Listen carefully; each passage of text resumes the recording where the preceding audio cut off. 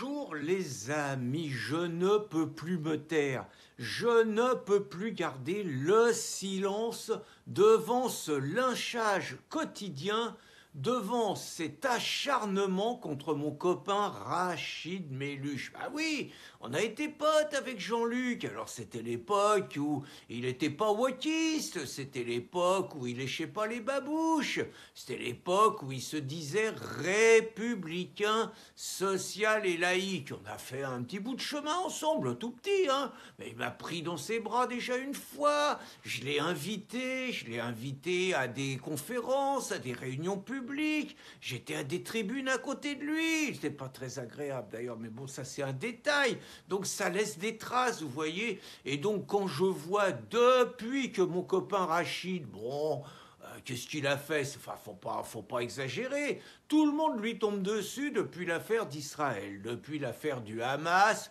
où Jean-Luc, bon, il refuse de qualifier le Hamas de parti terroriste. Il dit que c'est des résistants, que c'est des combattants. Bon, alors il a condamné, hein, il peut pas faire autrement. Et il a condamné, évidemment, les violences et tout. Mais bon, je comprends pas cette hypocrisie, parce que Jean-Luc, il a toujours été comme ça.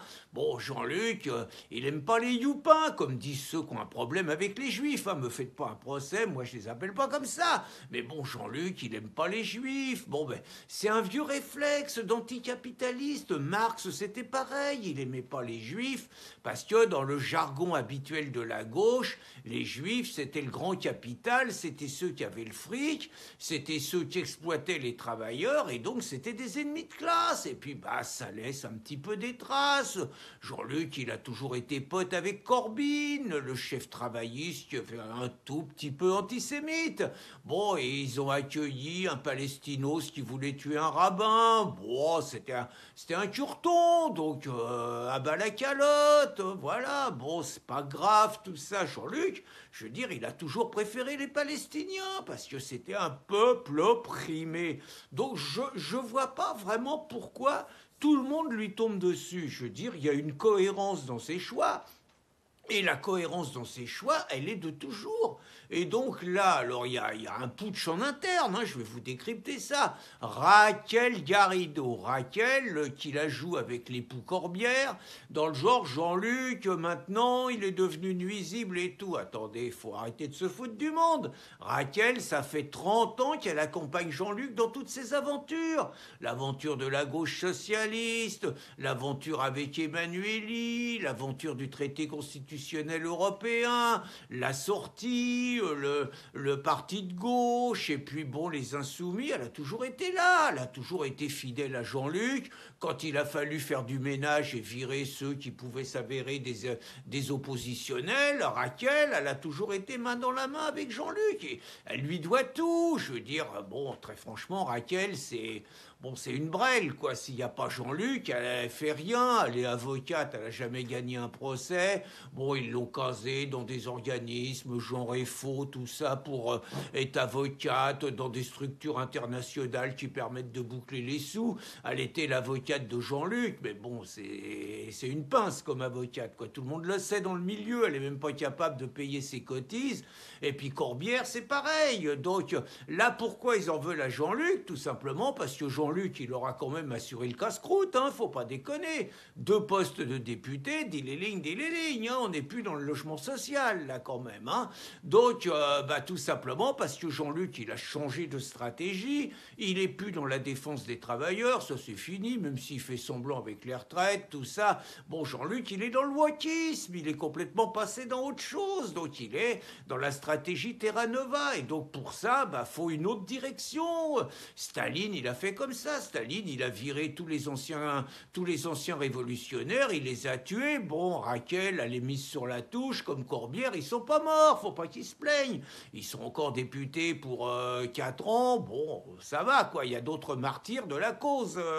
Donc Raquel, elle espère, en allumant Jean-Luc, retrouver une place à la tête des Insoumis. Et tant qu'il y aura Jean-Luc, elle sait qu'elle est tricarde. C'est aussi simple que ça. Mais le pire, alors, c'est les autres, là. Alors là, les autres traîtres. Alors, les cocos, les écolos et les socialos. Attendez, Roussel, d'abord, moi je rappelle, hein, Roussel, c'est à cause de lui si Jean-Luc, il n'a pas été au deuxième tour. Il n'y a pas la candidature Roussel, alors qu'il ne s'est pas présenté en 2012. Les Stal n'ont pas présenté de candidat en 2017.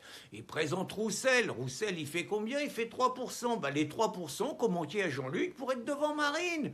Donc déjà, donc celui-là, il ferait mieux de se taire, quoi. Et puis, bah, Roussel, il était quand même, les législatifs, s'il a un groupe parlementaire, il le droit à Jean-Luc. Je veux dire, il est passé sous la table. Il a même renoncé, Roussel, qui prétend défendre le nucléaire. Sur le nucléaire, il a fermé sa gueule. Et puis, bah, il a pris ses députés, il fait vivre son petit appareil et tout. Et puis, bah, il est content, il doit tout à Jean-Luc. Les écolos tarés, là, l'autre, là, comment elle s'appelle, Tondelier, la Marine, attendez, sans Jean-Luc, Jadot, il a fait 4%. Sans Jean-Luc, il n'y a pas de groupe parlementaire écolo. Sans Jean-Luc, ils sont morts. Et Jean-Luc, il a été moins bête que Marine. Lui, il a fait la NUPES, il a fait le rassemblement de tout le monde. Il leur a donné à bouffer. C'est aussi simple que ça, il leur a donné à bouffer. C'est grâce à Jean-Luc s'il y a un groupe parlementaire écolo. Et puis les socialos, alors là, m'en parlez pas. Après les 1,7% de la dingo, je veux dire, les socialos, ils étaient à la ramasse. Fort, il s'est prosterné. J'irai pas plus loin au niveau sexuel, hein, mais il s'est prosterné devant Jean-Luc pour avoir un groupe, et il a eu son groupe. Alors 1,7% quand même, les mecs, ils doivent tout à Jean-Luc. Et aujourd'hui, ils crachent sur Jean-Luc. Aujourd'hui, à cause du Hamas, ils disent on peut plus être avec lui, c'est pas possible. Mélenchon devient un problème. Mais attendez, arrêtez l'hypocrisie, quoi.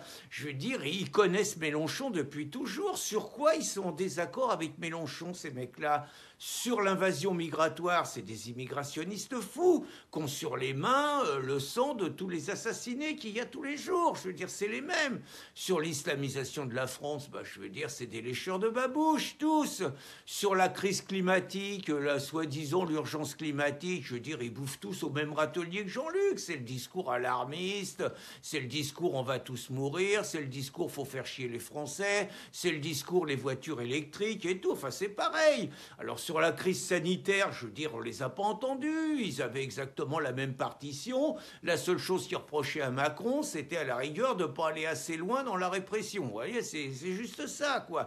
Bon, je veux bien qu'on continue. Sur l'Union européenne, il n'y en a pas un qui veut sortir de l'Union européenne. Ils sont tous d'accord pour aller bouffer à la gamelle à Bruxelles, quoi. Bon, sur la guerre avec les Popov, bah, je suis désolé, il n'y en a pas un qui fait des manifs pour la paix comme le fait Philippot. En gros, ils sont tous à dire que Poutine est l'agresseur, qu'il faut aider Zelensky, et puis de temps en temps, il y en a un qui dit qu'il faut que la France ait son rôle gaulliste et tout. Bon, du pipeau, tout ça. Je veux dire, c'est exactement la même ligne. Donc, sur tous les sujets, je veux dire, vous avez beau chercher sur tous les sujets. Alors, je vous dis pas Israël, Palestine, c'est tous des Palestinos, c'est tous des anti-israéliens. Donc, tout ça, c'est des faux culs, tout ça, c'est parce qu'ils assument pas. Alors que Jean-Luc, il assume, je veux dire, il assume jusqu'au bout. Les autres, c'est des chiasseux, ils assument même pas.